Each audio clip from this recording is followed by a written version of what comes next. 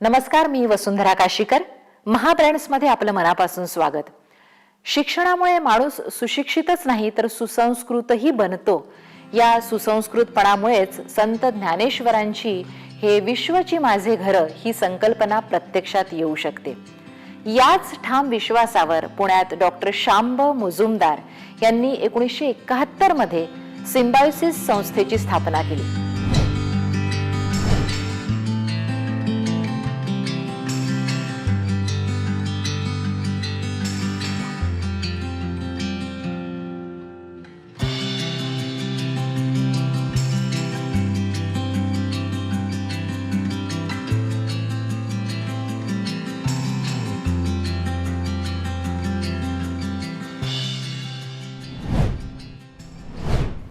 पुण्यामध्ये असे किती विद्यार्थी परदेशी विद्यार्थी आहेत, कुठल्या कुठल्या देशातून आलेले आहेत, त्यांना कुठल्या अडचणी येत असतील, त्या ते कसे सोडवत असतील,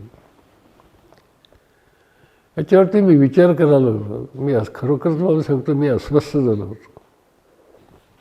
प्रत्येक देशाचा एक प्रतिनिधी याचा मी इंटरव्ह्यू घ्यायचो.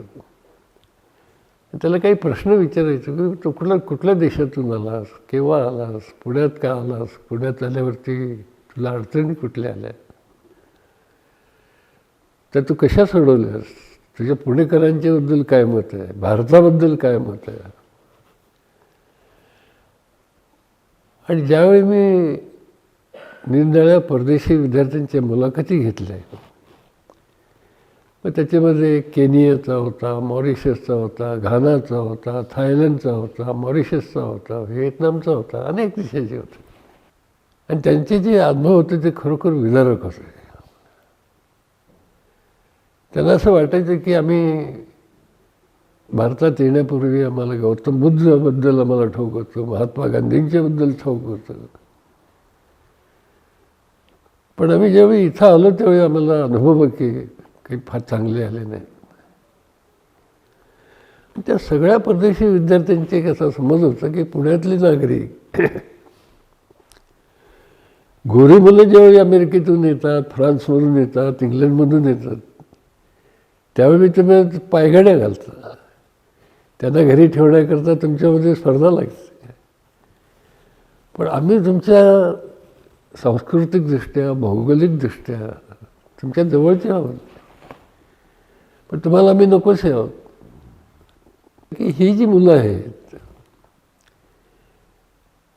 ही मुलं ज्यावेळी परदेशात जातील, आपल्या मायदेशात जातील, त्यावेळी त्यांची काय मनोवस्था असेल, पुण्याबद्दल, भारताबद्दल काय त्यांच्या भावना असतील. आणि हा विचार केल्यानंतर माझ्या लक्षात आलं की ह्यासाठी काहीतरी आपण केलं पाहिजे.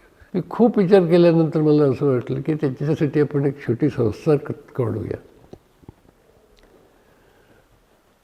आणि त्या संस्थेमार्फत आपण त्यांच्या काही अडीअडचणी सोडवता येतात का. आता त्यांच्या अडचणी कोणत्या कोणत्या होत्या. पहिली अडचण म्हणजे चांगल्या महाविद्यालयामध्ये प्रवेश मिळणं, वसतिगृहात प्रवेश मिळणं. आणि त्यांचं सांगू का, ते आल्यानंतर त्यांना एक प्रकारचं होमसिकनेस यायचं. आणि मुख्य म्हणजे मला असं जाणवलं प्राध्यापक म्हणून की परदेशी विद्यार्थी आणि भारतीय विद्यार्थ्यांमध्ये सलोखा नव्हता, संवाद नव्हता. तर परदेशी विद्यार्थी आणि भारतीय विद्यार्थ्यांनाही एकत्र यावं, एकमेकाला समजून घ्यावं, त्यांच्यामध्ये मैत्रीभाव वाढावा, बंधुभाव वाढावा, या उद्देशाने काहीतरी या संस्थेनं करावं असं वाटलं. आणि म्हणून मी संस्था काढायचं ठरवलं. संस्थेसाठी माझी पूर्वीचे जे फर्ग्युसनचे विद्यार्थी होते 2-4 त्यांना घेतलं, काही सहकार्यानं घेतलं आणि त्या संस्थेला नाव दिलं सिम्बायोसिस. आणि मला असं वाटलं की पुण्यामध्ये एक सिम्बायोसिसचं आंतरराष्ट्रीय सांस्कृतिक केंद्र असावं की जिथे या विद्यार्थ्यांना वसतिगृह उपलब्ध होतील. परदेशी आणि विद्यार्थी, परदेशी आणि भारतीय विद्यार्थ्यांना एकत्र येण्याकरता छोटा असेंब्ली हॉल उपलब्ध होईल. त्यांच्याकरता एक कॉमन किचन निर्माण होईल. छोटं हेल्थ केअर सेंटर त्यांची प्रकृती काळजी घेण्याकरता निर्माण होईल. पण आम्ही सिम्बायसिस सांस्कृतिक केंद्र काढायचं ठरवलं. सांस्कृतिक सहजीवनाचा आनंद मिळवून देतानाच तो शाश्वत असावा ही भावना वाढीस लागली आणि त्यातूनच शैक्षणिक क्षेत्रातली वाटचाल सुरू झाली. आम्ही एक नियम केला होता की प्रत्येक खोलीमध्ये एक परदेशी विद्यार्थी आणि एक भारतीय विद्यार्थ्यांनी राहायचा. हेतू असा होता की त्यांच्यामध्ये सुरुवातीला कदाचित गैरसमज असतील, पण कालांतरानं त्यांच्यानी ओळखी होतील आणि त्यांच्यामध्ये दीर्घकाळ टिकणारी मैत्री निर्माण होईल. त्या सांस्कृतिक केंद्रामध्ये सांस्कृतिक कार्यक्रम व्हायचे. 15 ऑगस्ट, 26 जानेवारी, नंतर त्यांचे काही राष्ट्रदिन असायचे, तेही साजरे व्हायचे आणि परदेशी आणि भारतीय विद्यार्थी एकत्र येऊन ते कार्यक्रम साजरे करायचे. कालांतरानं आमच्या लक्षात आलं की आपण शैक्षणिक संस्था जर चालू केल्या तर हेच परदेशी विद्यार्थी दीर्घकाळ कॉलेजमध्ये राहतील. परदेशी आणि भारतीय विद्यार्थी एकत्र शिकतील. एका वर्गामध्ये लेक्चर्स ऐकतील, ग्रंथालयामध्ये वाचन करतील, ग्राउंडवरती they will play together, they will read together. हा जो टुगेदरनेसचा जो भाग आहे ना, तो अधिक प्रभावी होईल असं मला वाटलं. कारण की त्यातून आम्ही शैक्षणिक संस्था काढायला सुरुवात केली. पहिलं आम्ही लॉ कॉलेज काढलं 1977 साली. मग त्याच्यानंतर 88ला मॅनेजमेंट इन्स्टिट्यूट काढले, Symbiosis institute of business management, अशा अनेक संस्था सुरू केल्या. म्हणजे असं झालं की सांस्कृतिक केंद्राचं हळूहळू रूपांतर शैक्षणिक केंद्रात झालं. संस्कृती, शिक्षण याबरोबरच निरोगी आरोग्यही महत्त्वाचं आहे. त्यातही ग्रामीण भागातल्या लोकांच्या आरोग्याची काळजी घेणं अधिक महत्त्वाचं. तिसरा महत्त्वाचा अवतार म्हणा, पर्व म्हणा, ते म्हणजे आरोग्य. आणि म्हणून आम्ही हॉस्पिटल काढलं. आणि हॉस्पिटल चालू केल्यानंतर तिथून इथे जे नागरिक आहेत ग्रामीण भागातले, त्यांना आम्ही मोफत आरोग्यसेवा पुरवायचं चालू केलं. आणि तुम्हाला सांगतो, पहिल्या वर्षी हजारो खेडूतांना, ग्रामीण भागातल्या लोकांच्या त्याचा फायदा झाला. सिम्बायसिस सेंटर फॉर हेल्थ केअरची स्थापना केली, ज्याच्यामध्ये स्टुडंट हेल्थ चेकअप आणि एक व्यवस्थित म्हणजे एका म्हणजे काय म्हणतो ना, असं इन्स्टिट्यूशनलाइज केलं आम्ही सगळं. आमच्याच बरोबरचे काही आमचे डॉक्टर मित्रमैत्रिणी जे असेच फॉरेनला शिकून आले होते, त्यांनीही खूप आम्हाला सहकार्य केलं. आणि त्यामुळे ह्या ज्या स्टुडंटचा चेकअप होता हा वेगवेगळ्या स्पेशलिस्ट डॉक्टर्सनी केला. आम्ही त्याची मांडणी एका हेल्थ कार्डमध्ये केली. नंतर प्रिव्हेंटिव्ह ॲस्पेक्ट्सवरती आम्ही हेल्थ एज्युकेशनचे लेक्चर्स घ्यायचो, पेरेंट्ससाठी, स्टुडंट्ससाठी. खूप आम्हाला मजा यायची ती काम करायला. आणि आमच्याबरोबर आणखीन आमचे मित्रमैत्रिणी डॉक्टर्ससुद्धा जॉईन झाले. आत्ता ते सगळे पुण्यात खूप मोठ्या मोठ्या पोझिशन्समध्ये आहेत, पण तेव्हा मात्र अगदी फ्री सर्व्हिसेस त्यांनी आम्हाला ऑफर केल्या. आणि अशा प्रकारे सिम्बायसिस सेंटर फॉर हेल्थ केअरची सुरुवात झाली. आणि माझं प्रोफेशनल असोसिएशन हे 97-98 साली सिम्बायसिसमध्ये ॲक्च्युली त्याची सुरुवात झाली. आणि त्या दृष्टीने हेल्थचं म्हणजे एक कन्सेप्ट असा हा सिम्बायसिसमध्ये आला. आणि त्यानंतर अर्थात त्याचं रूपांतर खूपच मोठ्या प्रकारे आता तुम्ही बघताय की एक हॉस्पिटल झालं आहे, 900 बेडेड एक मेडिकल कॉलेजची स्थापना झाली. सांस्कृतिक शैक्षणिक संस्थेचं अभिमत विद्यापीठात झालेलं परिवर्तनही हेतुपूर्वक होतं. त्यामागे या विद्यापीठाच्या माध्यमातून कुशल मनुष्यबळ तयार करण्याचं ध्येय होतं. आपल्या मेंदूमध्ये इनोव्हेशन आणण्याचा प्रयत्न केला पाहिजे. नवीन कल्पना, नवीन संकल्पना, नवनिर्मितीचे विचार. हृदयामध्ये अनुकंपा असली पाहिजे, कंपॅशन असली पाहिजे. आणि पोटामध्ये पॅशन असलं पाहिजे, फायर इन द बेली ज्याला आपण म्हणतो. तर इनोव्हेशन, कंपॅशन आणि पॅशन, नवनिर्मिती, करुणा आणखीन एक प्रकारची जिद्द ही त्यांनी बाळगली पाहिजे. आणि माझी खात्री आहे की आज ना उद्या हे जे आपले तरुण वर्ग आहे, तरुण पिढी आहे, त्यांनी एक असं ठरवलं पाहिजे की आपल्याला जग जिंकायचं आहे. आणि म्हणून त्यांनी कुठल्याही देशात, कुठल्याही प्रदेशात, कुठल्याही गावात जाऊन काम करण्याची त्यांची तयारी असली पाहिजे. आणि हे मी बोलतोय ते विशेषतः आपल्या मराठी तरुणांच्या बाबतीत बोलतोय. आपल्याकडे विचित्र परिस्थिती झालेली आहे की भारतामध्ये माणसाला काम नाही आणि कामाची माणसं नाहीत.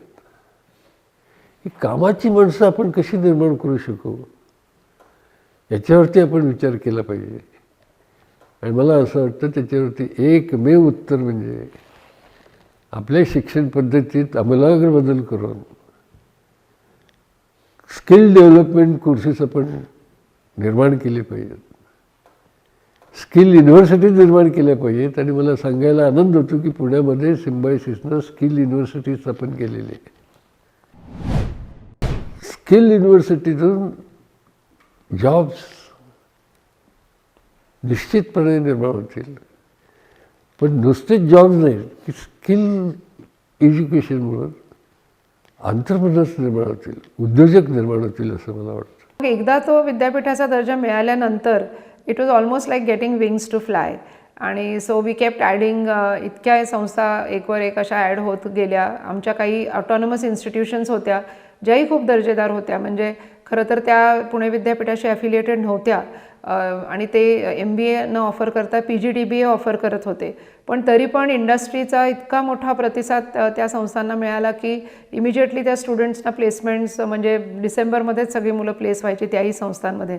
मग त्याच्यात SCMHRD असो, SIIB असो, म्हणजे इंटरनॅशनल बिझनेस असो, किंवा इन्फॉर्मेशन टेक्नॉलॉजी असो, अशा बऱ्याच 7-8 संस्था होत्या.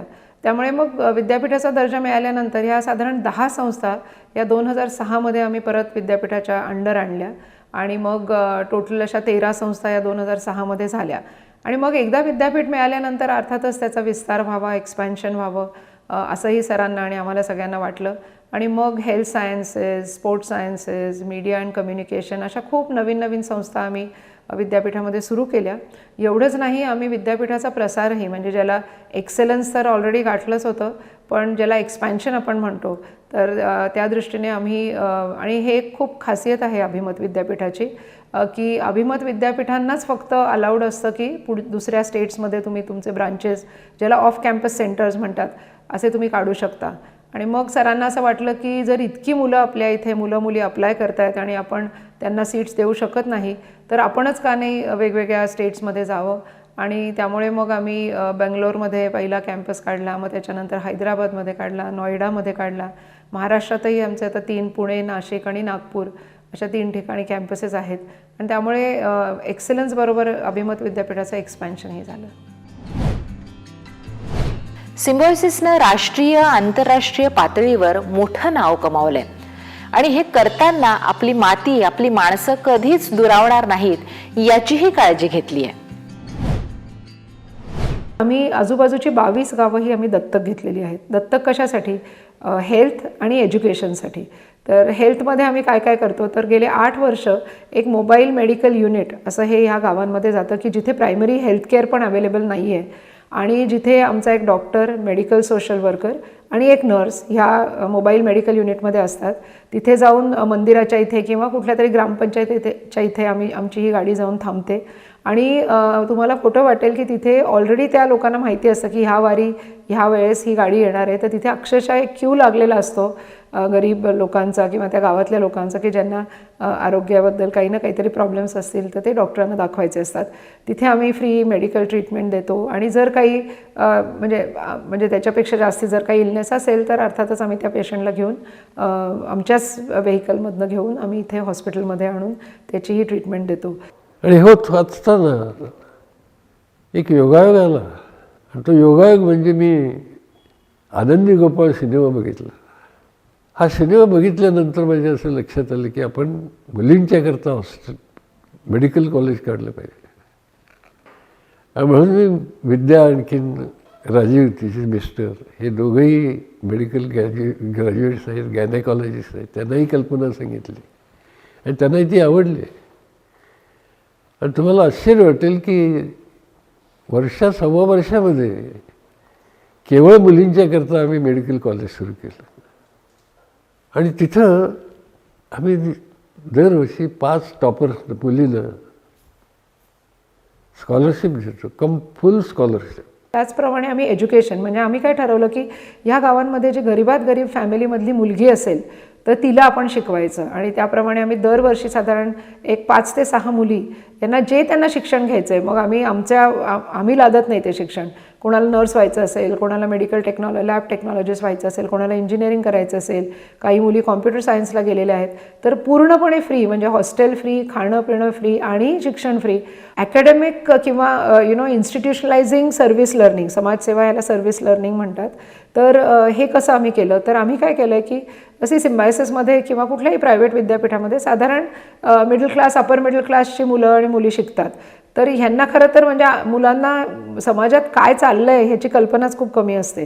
तर त्यामुळे आम्ही NGO बरोबर त्यांचे इंटर्नशिप्स आम्ही कंपल्सरी केलेले आहेत, विशेषतः अंडर ग्रॅज्युएट मुलांचे. म्हणजे काय की एक तुम्ही इंटर्नशिप आहे 3 वर्षाचा जर अंडर ग्रॅज्युएटचा प्रोग्राम असेल तर एक इंटर्नशिप तुम्ही कॉर्पोरेटमध्ये करा, पण एक इंटर्नशिप तुम्ही NGO बरोबर करायला पाहिजे. हे एक.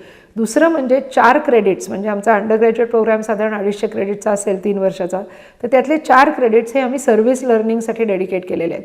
म्हणजे कुठल्या ना कुठली तरी समाजसेवा करणं आणि ती नुसतीच न करणं पण त्याच्यावर इव्हॅल्युएशनही केलं जातं. प्रत्येक शाखेची मुलं वेगवेगळ्या प्रकारे समाजसेवा करत राहतात. लॉची मुलं फ्री लिगल एड क्लिनिक्स त्यांनी सुरू केलेले आहेत गावांमध्ये. नंतर डिझाईन वगैरेची मुलं आहेत ती काही NGOजना जाऊन वेबसाईट्स तयार करून देतात. अशा प्रकारचे किंवा फोटोग्राफीची मुलं फोटोग्राफी शिकवतात काही मुलांना गावांमध्ये जाऊन. सरांनी जेव्हा कोविडचं सुरुवात झाली तेव्हा सरांनी इमिजिएटली डिक्लेअर केलं की ह्यातले 500 बेड्स हे टोटली डेडिकेट करावे कोविडच्या पेशंटसाठी. आणि आम्ही म्हणजे स्वतःहून महाराष्ट्र गव्हर्नमेंटला सांगितलं, पुणे म्युनिसिपल कॉर्पोरेशन, ZP आणि म्हणजे तुम्हाला आश्चर्य वाटेल की साधारण 6 ते 7 हजार पेक्षा जास्ती मला असं वाटतं पेशंट्स आमच्या इथे ट्रीटमेंट घेऊन गेले विथ द लोएस्ट मॉर्टॅलिटी. आणि खरंच म्हणजे सगळे पेशंट्स अतिशय खुश होऊन गेले आणि तेच पेशंट्स आता परत वेगवेगळ्या ट्रीटमेंटसाठी आमच्याकडे येतात. आरोग्य क्षेत्राला अलीकडच्या काळामध्ये विशेष महत्त्व दिलं जाऊ लागलंय. पण सिम्बायोसिसनं हे महत्त्व आधीच ओळखलं होतं आणि त्यानुसार पावलंही टाकायला सुरुवात केली होती. आणि प्लस आमचं आंतरप्रिनरशिपचं जे सेंटर आहे, Symbiosis centre for innovation and entrepreneurship, हा आमचा टेक्नॉलॉजी बिझनेस इन्क्युबेटर आहे. साधारण 30 कंपन्या तिथे आमच्या विद्यार्थ्यांच्या इन्क्युबेटेड आहेत, त्याही इथेच आहेत ह्याच कॅम्पसमध्ये. आणि त्यामुळे हा पूर्ण असा एक साधारण 80-90 एकराचा कॅम्पस हा एक हेल्थ सायन्स टेक्नॉलॉजी पार्क म्हणून याचं रूपांतर होईल की जिथे कंपन्या असतील ज्या हेल्थ टेकमध्ये फोकस करतील, इंजिनिअरिंगची मुलं असतील, मेडिकलची मुलं मुली, हेल्थ सायन्सेसची मुलं मुली असतील आणि हे सगळे एकत्र येऊन भारतासाठी, देशासाठी आणि जगासाठी संशोधन करतील. तंत्रज्ञानामुळं जग जवळ आलंय हे खरंय, पण त्यातून अजूनही मानसिक जवळीकता तयार झालेली दिसत नाही. ती निर्माण करण्यासाठी सिम्बायोसिसनं पहिल्या दिवसापासून प्रयत्न सुरू केले होते. या प्रयत्नांना पावलोपावली विविध पुरस्कारांची पावतीही मिळाली. पण सिम्बायोसिसला अजूनही सर्वात मोठ्या पावतीची प्रतीक्षा आहे. ही टेक्नॉलॉजीमुळे जी काही माणसं जवळ आली पण त्यांची मनं जवळ आलेली नाही. म्हणून या ग्लोबलायझेशनमुळं ग्लोबल व्हिलेज झालेलं आहे, माणसं जवळ आलेली आहेत. तर मला असं वाटतं की ग्लोबलायझेशन ऑफ माइंड्स हे होऊ शकतं का? तर मला एक असं वाटतं की एक दिवस असा यावा की खरोखरच ज्ञानेश्वरानं जे अभिप्रेत होतं किंवा उपनिषदानं जे अभिप्रेत होतं वसुधैव कुटुंबकम, ही कदाचित रिॲलिटी येऊ शकेल आणि ते शिक्षणातूनच येऊ शकेल. मला 2005 साली पद्मश्री मिळाली, 2012 साली पद्मभूषण मिळालं. एक शिक्षक म्हणून मला खरा पुरस्कार केव्हा वाटतो, तर मला असं वाटतं की ज्यावेळी सिम्बायोसिस हे वसुधैव कुटुंबकम हे स्वप्न, ही कल्पना, ही संकल्पना शिक्षणाद्वारे ज्यावेळी साध्य होईल, करेल, त्यावेळी खरा पुरस्कार सिम्बायोसिसला आणि सिम्बायोसिसच्यामुळे मला मिळाल्यासारखं वाटतं. This university is health promoting university and Arogyadham is situated in proud place. मुझे इसी गोल्डन मोमेंट पर आरोग्य धाम कॉम्प्लेक्स के लोकार्पण का अवसर भी मिला है. मैं इस नई शुरुआत के लिए पूरी सिम्बायोसिस फैमिली को अनेक अनेक शुभकामनाएं देता हूं. आपकी यूनिवर्सिटी एक भारत श्रेष्ठ भारत की भावना को मजबूत करने के लिए वसुधैव कुटुंबकम भी, उस सपना भी साकार तब होता है जब एक भारत श्रेष्ठ भारत का सपना साकार होता है. मुझे विश्वास है कि 50 साल की आपके पास एक ऐसी पूंजी है, अनुभव की पूंजी है. अनेक एक्सपेरिमेंट करते करते आप यहां पहुंचे हैं. एक खजाना है आपके पास. ये खजाना भी देश के काम आएगा.